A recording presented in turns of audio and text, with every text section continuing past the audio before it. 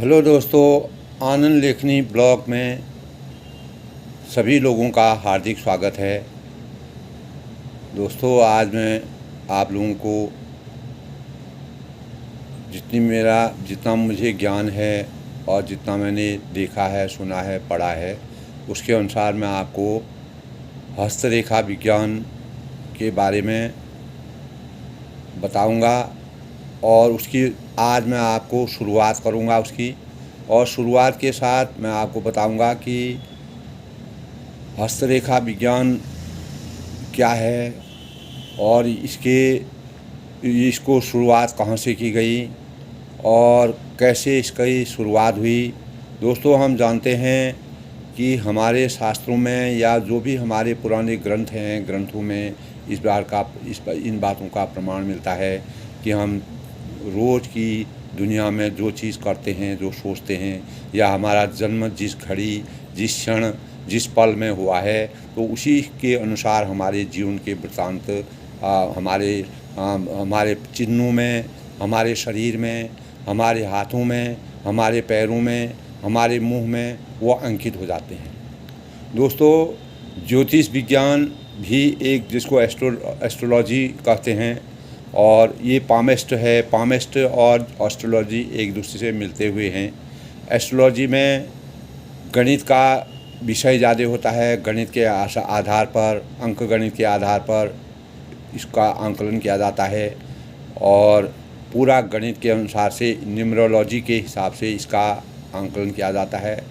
और पामेस्ट एक ऐसा होता है जो हमारे मस्तिष्क में जिस प्रकार की प्रतिक्रियाएं होती हैं, जो चीज़ होती हैं, वह हमारे हाथों में, हमारे शरीर में अंकित हो जाते हैं। उसी अनुरूप में मैं आपको आज हस्तरेखा की प्रथम कड़ी के अनुसार आपको बताऊंगा कि हस्तरेखा क्या चीज़ है, इसकी शुरुआत किसने की। दोस्तों, हम जानते हैं कि हर मानव अपने में, कोई भी इंसान है, वह अपने में यही जिज्ञासा रखता है कि मुझे अपने भविष्य में क्या करना है, और वह अपने कल के विषय में सोचता है, समझता है। दोस्तों, इस बात का पूर्ण ज्ञाता तो कोई नहीं होता है, लेकिन कुछ ऐसे भाव होते हैं जो आदमी के चेहरे में, हाथों में और शरीर में अंकित हो जाते हैं। हम जो भी क्रिया करते हैं, वह हमारे शरीर में अंकित हो जाते हैं। जितना भी मुझे अपना ज्ञान है, मैंने जो पढ़ा है, उसके अनुसार मैं आपको बता रहा हूँ।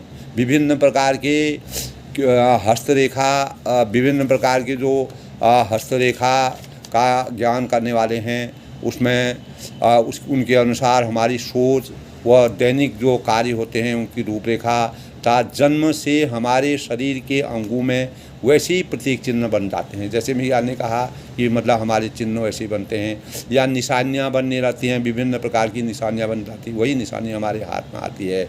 और उस प्रकार के प्रसिद्ध चिन्ह बन जाते हैं। और भविष्य इसके सबसे पहले भविष्य वक्ता, जैसे कि मैंने पढ़ा है, तो कीरो महोदय थे, जो इंग्लैंड के रहने वाले थे। और उन्होंने ज्योतिष और वास्तुकला और हस्त विज्ञान की विशारद हासिल की थी। और उन्होंने भी भारत के ग्रंथों को लेकर के ही इसकी शुरुआत की।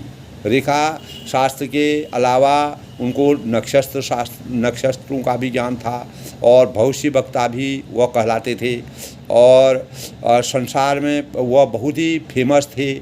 उनके कीरो के बारे में मैंने पढ़ा है, वह बहुत ही फेमस थे। ज्योतिष शास्त्र में उनका बहुत ही सूक्ष्म से सूक्ष्म ज्ञान था। कीरो जो थे, जिनका पूरा नाम काउंट लुइस हेमन था, उनका बाद में नाम जो है कीरो के नाम से वह प्रसिद्ध हुए। उन्होंने नक्षत्र शास्त्र के जन्मदाता कहे जाते हैं। और उन्होंने भारतीय हिंदू परंपरा के अनुसार हिंदू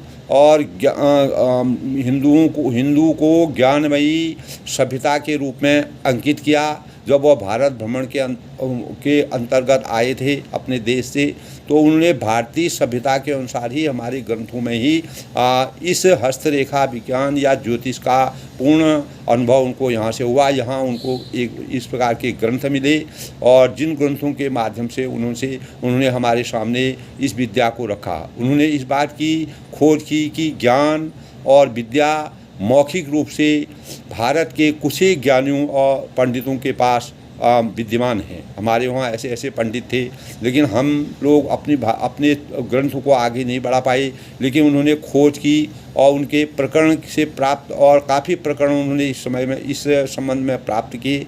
उन्होंने भारत का पूरा भ्रमण किया और इसी भ्रमण के दौरान उन्होंने ज्योतिष विज्ञान और भारतीय जो भी जानकारी भारत में जो ग्रंथ थे उनका पता किया।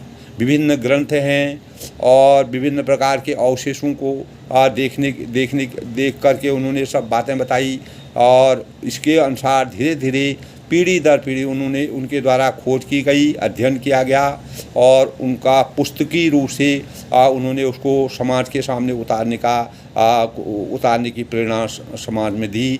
और जिससे हमारे देश में के ग्रंथों में भी इस प्रकार की विलक्षण क्षमता उन्होंने बताई, विलक्षण प्रतिभा बताई, जिसको संजोकर उन्होंने रखा और उन्होंने सभी से कहा कि इसको संजोकर रखना चाहिए। वह मात्र जो भी हमारे ग्रंथ इस संबंध में जो भी हमारे पुराने ग्रंथ मिलते हैं वह भारतीय परंपरा में ही हैं और भारत में ही वह ग्रंथ मिले। उन्होंने इस ग्रंथ को आदमी की चमड़ी का बना करके, मतलब आदमी की चमड़ी से बना हुआ था वह ग्रंथ, जिसको सावधानी से संभाल कर रखा और सावधानी से संभाल कर रख करके उसको जो है उस ग्रंथ का उन्होंने वह किया, उस ग्रंथ को सब लोगों को समझाया। और उसकी यह ग्रंथ आकार में तो ये बहुत बड़ा था क्योंकि आदमी की चमड़ी का बना था और उसके अंदर पूरी चीज़ें लिखी हुई थी। जैसे बाद में क्या हुआ, हम धीरे धीरे जब हमारी संस्कृति आगे गई तो हम पेड़ पौधों की छालों में लिख करके, छाल जो होती है उनकी, उसमें लिख करके ग्रंथों का संचार करते थे। धीरे धीरे फिर कागज़, लंबा कागज़ हुआ, लंबे कागज़ में हम ग्रंथों को लिखने लगे। तो पहले आदमी की चमड़ी में जो है वह उस ग्रंथों को बहुत ही सुरक्षित ढंग से रखने का प्रावधान उन्होंने किया। इसमें असंख्य विचित्र उदाहरण मिलते हैं और इसमें यह भी लिखा गया था कि इन चित्रों में ही हमारे भाग्य की, हमारे शरीर की जो रेखाएं हैं, चिन्ह हैं, प्रमाण हैं, वह बहुत ही उन्होंने लाल स्याही से उसमें अंकित किया गया था कि ये कभी मिट न सके। इस प्रकार के चिन्ह जो हैं वह मिट न सके। अब उसको उन्होंने प्राचीन ग्रंथ को इतना समेट करके रख करके हमारे सामने उसको रखा और उसको लाल इंक से, लाल स्याही से लिख करके उसकी चमक को बनाए रखने की योजना बनाई उन्होंने, कीरो जी ने। कीरो के उनके मतानुसार हस्तरेखा और नक्षत्र विद्या भारत से ही दूसरे देशों में भी गई। यानी शुरुआत हमारे देश से हुई, फिर ये चाइना तक पहुंची, फिर तिब्बत में गई और फिर मिस्र जैसे देशों में भी इसके बारे में जो बौद्ध भिक्षु थे उनके माध्यम से इसको एक जगह से दूसरी जगह पहुंचाया गया। भारत के बाद यूनान और यानी यूनान में भी है। जैसे हमारे वहाँ बौद्ध भिक्षु हैं, आर्य हैं, उनका ये ग्रंथ माना गया है और विभिन्न प्रकार के देशों में ये धीरे धीरे पहुंचा और इसका प्रचलन हुआ। दोस्तों, जो चीज़ हम जीवन में करते हैं वही हमारे शरीर में आती है। हम जन्म लेते हैं, जन्म के समय में हमारे भाव हमारे व्यक्तित्व में लिखा जाता है और हमारे चिन्हों में, हमारे शरीर में चिन्ह यही दर्शाते हैं। भारत के बाद ये यूनान में 423 ईस्वी पूर्व इस विद्या यूनान में भी इसकी मौजूदगी का प्रमाण मिलते हैं। धीरे धीरे उन्होंने इस विद्या को अपने द्वारा अध्ययन करके बड़े बड़े सम्राट हैं, राज दरबारी हैं और अपने राज दरबारियों को देखने के लिए, उनके समय को देखने के लिए, उनकी विलक्षण प्रतिभा को देखने के लिए उन्होंने उनको बड़े बड़े लोगों का हस्तरेखा देखने का से प्राप्त किया और उसी से वो अपना हल्की फुल्की जो फीस थे उससे कमाई करते थे और ये उनका था। और आज मैं केवल आपको यही बताऊंगा कि जो भी हमारे हाथ में रेखाएं होती हैं, हमारी हस्तरेखाएं होती हैं और उनके बारे में मैं हल्की सी चर्चा करूंगा। इसके बाद में आगे अंक में आपको बताऊंगा। हमारे हाथ तरह तरह के हाथ होते हैं और ज्योतिष विद्या के अनुसार हम कोई जन्म लेता है या कभी भी कि जिस जीवन काल में उनका जो चीज़ होता है और ज्योतिष विद्या में अंक गणित के हिसाब से हम उसका परिमाण करते हैं, उसका आंकलन करते हैं। हस्तरेखा में इस प्रकार के चिन्ह हाथ में विद्यमान हो जाते हैं, पैरों में विद्यमान हो जाते हैं, लेकिन उसका ज्ञान होना बहुत ज़रूरी है। उसके बारे में सूक्ष्म अध्ययन करना पड़ता है। उसी अध्ययन के फलस्वरूप संपूर्ण ज्ञान किसी को नहीं होता है, लेकिन अपने अपने अध्ययन के अनुसार जो जितना ज्ञान प्राप्त करता है वही मैं आपको बताऊंगा। सबसे पहले दोस्तों मैं आपको बताऊंगा कि हमारे हाथ कितने प्रकार के होते हैं। एक तो प्रारंभिक हाथ होता है और दूसरा होता है वर्गाकार हाथ होता है, तीसरा होता है दार्शनिक हाथ होता है और चौथा होता है कर्मठ हाथ होता है। उसके बाद कलात्मक हाथ होता है और आदर्श हाथ होता है और उसके बाद मिश्रित हाथ होता है। इतने प्रकार के हाथ होते हैं, यानी हम विभिन्न प्रकार के आदमियों के। आज मैं आप लोगों के बारे में ये हाथ के बारे में बता रहा हूँ कि हमारे हस्तरेखा विज्ञान या पामिस्ट में हाथ की क्या रूपरेखा होती है, आज मैं आपको बताऊँगा। और किस हाथ में कौन कौन से हमारे चिन्ह होते हैं, कौन सी फिंगर क्या होती है और किस फिंगर का क्या प्रभाव होता है, वो मैं आप बताऊँगा। और ज़्यादा बातें मैं आपको क्रमशः बाद में बताऊँगा। दोस्तों ये जो होता है ये हमारा थंब है, इसको थंब कहते हैं या इसको इंग्लिश में थंब कहते हैं और हिंदी में इसको अंगूठा कहते हैं। और ये जो है ये हमारी तर्जनी होती है, इसको इंडेक्स फिंगर कहते हैं। और ये हमारी जो है मध्यमा है, मध्यमा मिडिल इसको कहते हैं, सैटर्न कहते हैं। ये शनि का होता है, ये मध्यमा है। और ये जो है आपका अनामिका है, अनामिका या रिंग फिंगर इसको कहते हैं। और ये हमारी सबसे छोटी अंगुली होती है जिसको कनिष्ठिका या लिटिल फिंगर कहते हैं। दोस्तों इस प्रकार से ये हमारा हाथ के नीचे का एरिया होता है, इसको मणिबंध कहते हैं। यहीं से हमारे हाथ की शुरुआत होती है। अब दोस्तों मैं आपको बताता हूँ कि सबसे पहले मैं आपको बताऊँगा कि इसमें हमारा सबसे पहले क्या चीज़ होती है। सबसे पहले हमारा बृहस्पति होता है। ये जो हमारी तर्जनी होती है, इंडेक्स फिंगर होती है, इसमें बृहस्पति का माउंट होता है और ये बृहस्पति होती है। और ये विद्या और बुद्धि की प्रतीक होती है और विद्या इससे विद्या का पता चलता है। और इसके बाद हमारा सैटर्न शनि होता है। शनि हमारे रोग व्याध गर्भगर हमारे अंदर क्या किस प्रकार की दशा आएगी इस प्रकार का बताता है। ये हमारी सनलाइन होती है। सनलाइन जो है सब रेखाओं में प्रभावी मानी जाती है। यश कीर्ति राजयोग वगैरह का इसमें सब राजयोग का चिन्ह माने जाते हैं। और ये हमारी होती है बुध का भाग्य है। और ये जो कनिष्ठ का होती है इसमें ये बुध का प्रतीक है। और ये हमारा मणिबंध होता है। अब दोस्तों मैं आपको बताऊंगा इसमें जो है सबसे पहले हमारी आयु रेखा होती है, इसको हम कहते हैं लाइफ लाइन। ये जीवन रेखा होती है, देखिए ये जीवन रेखा होती है। उसके बाद जो है हमारा जीवन रेखा के बाद इसके बाद जो है हमारा ये भाग्य रेखा होती है। देखिए ये शनि के उसमें जाती है। और ये हमारा जो है हृदय रेखा होती है, हृदय रेखा होती है।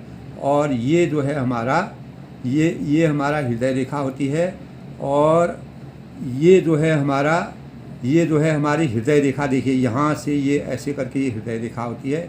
ये आपकी भाग्य रेखा है। फिर से मैं बता रहा हूँ, ये हमारी जीवन रेखा होती है। और अब यहाँ पर हमारा कौन सा क्या पर्वत कहाँ पर होते हैं, सबसे पहले मैं आपको बताऊँगा नंबर 1 में हमारा यहाँ पर बृहस्पति होता है। बृहस्पति माना जाता है, जिसको जुपिटर कहते हैं। और ये शनि है, सैटर्न जिसको कहते हैं। ये सन लाइन है, सन सन की के बारे में बताता है। ये बुध है, और यहीं से हमारा हार्ट रेखा भी यहाँ से हमारी हृदय रेखा निकलती है। और इसको जो है हम मरक्यूरी भी कहते हैं। मरक्यूरी जो है लिटिल फिंगर के पास है, मरक्यूरी इसको ज्ञात कहा जाता है। बुध जो होता है वो मरक्यूरी का होता है। और ये हमारा शुक्र पर्वत होता है। देखिए यहाँ पर ये जो भी हमारा ये वाला होता है, ये शुक्र पर्वत कहलाता है। ये जितना भी होता है, इसमें जो है हमारे जीवन में जो यश, कीर्ति, गर्व और अपना यश, अपमान, सम्मान का प्रतीक होता है। इस प्रकार दोस्तों ये हमारे हाथ की मेन, और ये जो होते हैं ये पर्व कहते हैं इनको। छोटे हाथों में इस प्रकार के होते हैं, ये इस प्रकार के होते हैं। अब मैं आप लोगों को इसमें सबसे पहले आपको बताता हूँ कि हमारा बृहस्पति के माउंट में जो है, बृहस्पति का ये माउंट होता है। और बृहस्पति जो है वह विद्या का सूचक होता है। इसका माउंट जितना ऊंचा होगा, और इसमें क्रॉस का अगर निशान होता है, इस प्रकार से क्रॉस का निशान होता है, तो वह शुभ माना जाता है। वह आदमी काफ़ी मेधावी होता है। और इसी प्रकार शनि जो है, शनि रेखा के पास हमारा जो भाग्य रेखा होती है, वह शनि में अगर जाती है, वह भी शुभ माना जाता है। मध्य भाग्य रेखा होती है। और इसी प्रकार हमारा जो है ये क्रम चलता रहता है। अब मैं आपको इसके बाद आपको ये बताऊंगा अगले अंक में, कि हमारा क्रम से बताऊंगा कि हाथ हमारे कितने प्रकार के होते हैं, कितने प्रकार के हाथ होते हैं, और किस हाथ की क्या पहचान होती है। क्रमबद्ध मैं आपको एक एक करके बताऊंगा। आज के वीडियो में केवल मैंने आपको बताया कि हमारे अंगूठे, हमारे जो 5 अंगुलियां हैं, इसमें क्या क्या चीज़ होती हैं, कहाँ पर हमारा शुक्र पर्वत होता है, कहाँ पर बृहस्पति होता है, कहाँ पर शनि होता है, कहाँ पर सूर्य होता है, कहाँ पर क्या होता है, और कहाँ पर बुध होता है। ये चीज़ें मैंने आपको बताई। और चंद्रमा हमारा कहाँ पर होता है, ये मैं आपको बता रहा हूँ। ये जो है जो हमारी कनिष्क रेखा होती है, या लिटिल फिंगर कहते हैं, यहाँ पर हमारा चंद्रमा प्रभावित होता है। चंद्रमा से निकलने वाली भाग्य रेखा होती है, उसका अलग पहचान होती है। और दूसरी बात होती है दोस्तों, यहाँ पर जो है मंगल एक होता है, मंगल कहते हैं, मंगल ग्रह, मार्स जिसको कहते हैं। ये हमारी लाइफ लाइन के जो हमारी आयु रेखा होती है, यहाँ पर चंद्रमा के ये मंगल होता है। मंगल के हमारे 3 जगह होती है। मंगल हमारे हाथ में 3 जगहों पर होता है। अलग अलग मंगल की अलग अलग पहचान है। कहाँ पर क्या मंगल की क्या दशा होती है, क्या अच्छा माना जाता है मंगल, कहाँ पर उसकी दशा खराब होती है, किसके योग से क्या होता है। दोस्तों मैंने ये सब अध्ययन करके बताया। कोई मेरे पास इसकी विशारद नहीं है। मैं केवल अध्ययन करके बताता हूँ, और मैं अपना अध्ययन करता हूँ, उसी के अनुसार मैंने बताया। इसके आगे क्रम में मैं आपको हस्तरेखा के हाथ कितने प्रकार के होते हैं, और हाथ में कौन सा हाथ आदर्श माना जाता है, कौन सा हाथ किस प्रकार का होता है, वह क्रमबद्ध से मैं आगे के वीडियो में आपको बताऊंगा। आज के वीडियो में दोस्तों मैंने आपको यही बताया कि सामान्य जानकारी कि हमारे हाथ में क्या क्या होता है, कहाँ पर हमारा शुक्र है, कहाँ पर हमारा बृहस्पति है, कहाँ पर हमारा शनि है, कहाँ पर हमारा सूर्य है, कहाँ पर हमारा बुध है, कहाँ पर हमारा चंद्रमा है, और कहाँ से हमारी भाग्य रेखा निकलती है, कहाँ से हमारी हृदय रेखा निकलती है, कहाँ से हमारी मस्तिष्क रेखा निकलती है, और कहाँ से हमारी आयु रेखा निकलती है। ये चीज़ें मैंने बताई। और दूसरा, कहाँ पर शनि होता है, सूर्य होता है, और बुध होता है, बृहस्पति होता है, शुक्र होता है, मंगल होता है, ये बातें मैंने आपको बताई। अगले अंक में मैं आपको हाथ कितने प्रकार के होते हैं वो क्रम से बताऊंगा। दोस्तों आज के वीडियो में मैं इतना ही बताऊंगा। अगर आपको मेरा ये वीडियो आज का अच्छा लगा तो अधिक से अधिक लोग इसको शेयर करें, सब्सक्राइब करें, लाइक करें, और सबका धन्यवाद। दोस्तों ये मैंने अपना अध्ययन से बता रहा हूँ, मैंने कोई विशारद प्राप्त नहीं की है, मैंने अध्ययन किया है, उसी के अनुसार मैं सबकी नॉलेज में ला रहा हूँ कि सामान्य जानकारी के बारे में बताया। अपने अध्ययन के अनुसार ही मैं आगे की जो भी जानकारी होगी वो आप तक पहुँचाऊँगा। सबका धन्यवाद, सबका आशीर्वाद।